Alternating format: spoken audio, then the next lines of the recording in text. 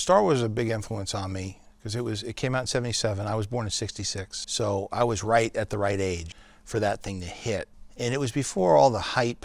You know, it was the first to kind of the popcorn blockbusters. You had that, and then you had Spielberg's films. So you had like Jaws and that. But before then, it was still the '70s.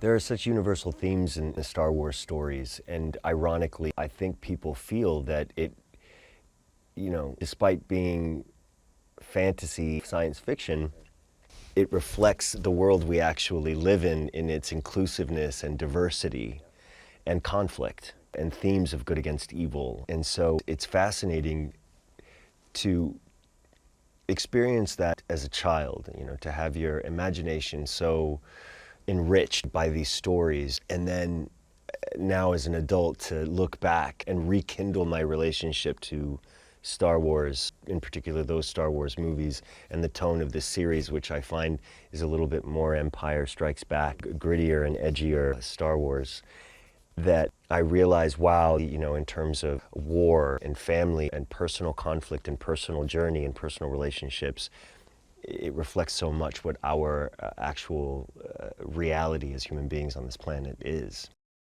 As I became a bit more of a student of filmmaking, I really began to appreciate the brilliance of Star Wars and what Lucas had created. And then I, of course, started to read more and the hero's journey and all those kinds of, you know, books, and began to really appreciate Joe Campbell and what he was saying and understand a lot more. Then for me it became, wow, you know, it was beyond being groundbreaking. Star Wars was. It was in its own way, again, like a crack into some sort of other universe that I hadn't been exposed to, you know? So it was pretty phenomenal, not only what it was at the time, but what it has become.